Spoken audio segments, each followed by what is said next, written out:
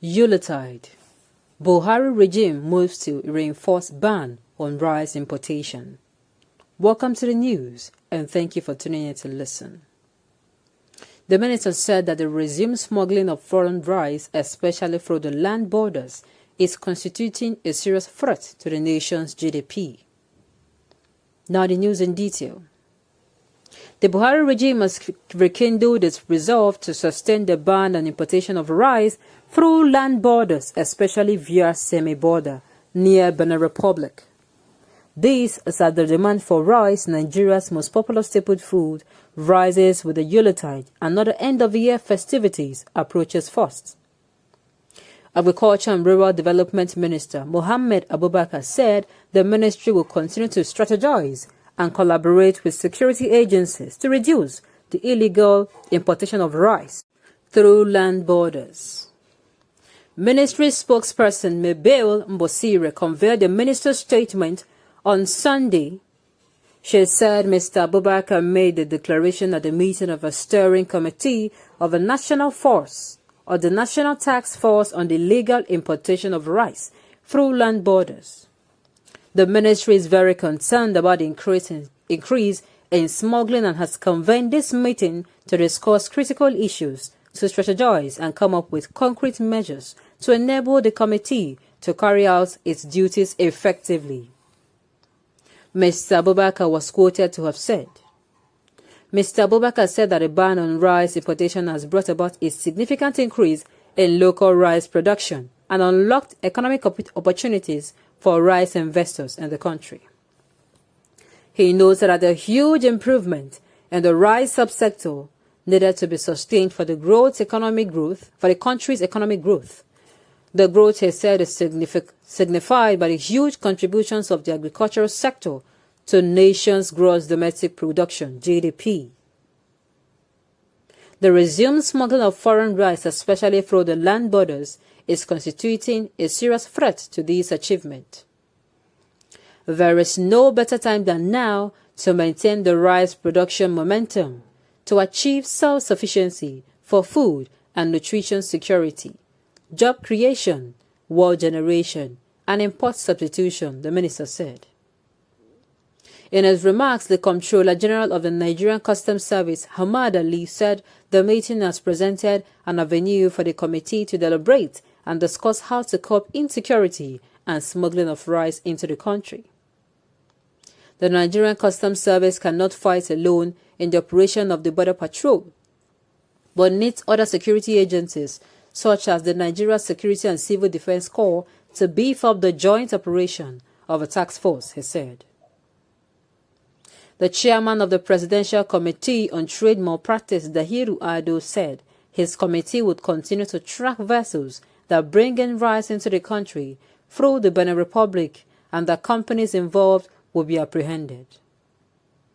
The meeting resolved that the Nigerian Customs should continue in its border patrol operations and procure additional equipment to strengthen its operations.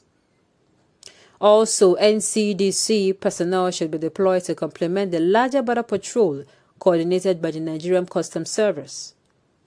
Other resolutions reached include stiffer penalty to be meted out to rice smugglers. They also resolved that Nigerians should be encouraged to eat and patronize local rice and discourage the smuggling of foreign rice into the country. The question I'm about to ask now concerning this particular issue or this particular matter now is, look, the government has a part to play in this. You know, the truth remains that times are not favoring the cultivation of rice in Nigeria. Times are not. The truth remains that the parts of a country that produces food, that produces this kind of a food now, yes, some parts of it, they are actually in the north. There is a monstrous giant that is sucking blood of farmers on a daily basis. That is in the north. Then the southeast, those that have their local made rice, they're over there too. They have another baby monster over there, hiding under the indigenous people of Biafra and unknown gunmen that is also about to make things unbearable. So how do you expect us farmers to plant? How? Of course, they're not going to plant inside their homes. They'll have to step out, most especially in the northern region. People will need to step out. How do they do this? Any ideas? Any ideas? Of course, if you want to stop somebody from doing, if you want to say, okay, you want to make sure that locally rice are being whatever, okay, fine, no problem. You are going to make sure that there's an effective and efficient alternative. So that people do not give you excuse that this one, give you one excuse about this one. Because if you correct it, that means at the end of the day, I don't think it is not being fair. It isn't. Farmers are being slaughtered on a daily basis. In fact, let us not even say rice alone. Foods in Nigeria. Fine, there is no problem. There's nothing wrong with wanting to boost these things. But the thing is, you cannot sideline the place of insecurity in all this. You cannot just overlook it. That is just the truth. On a daily basis, farmers are being harassed. If it is not the bandits that is harassing farmers, it is the Fulani headers. Okay, fine. Let us even say, okay, these particular people, let us even say, not just rice alone now. Other foods. Do you know how many farmers have lost their farms because of this? Okay, fine, insecurity.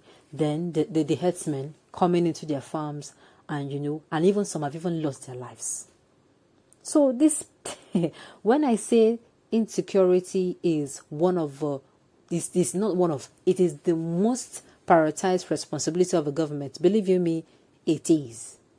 Believe you me, it is. It is the most prioritized responsibility of the government. And because there is insecurity, that is why you see people now, it will look as if people are flaunting the others. Because there is already shortage of food.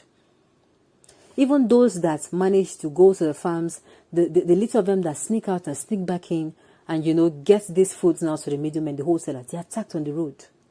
The ones that manage to make their ways into the cities and into various parts of the country, they are going to be very expensive. Why? It is scarce. So it has a lot. The government has a role to play in this. If really you want people to boost their morale and boost the how am I going to put it now? Boost the economy through this particular locally made rice. Then you have to do the work. You don't have to just say you want to boost it and you leave the work. The farmers cannot protect themselves. Of course, yes, they cannot protect themselves from these people. So the government has to also step in and make sure this alternative they provide is really, really free from all hitches. On this note, we have come to the end of the news. We say thank you for tuning in to listen. Until I come your way next time, enjoy the rest of your day.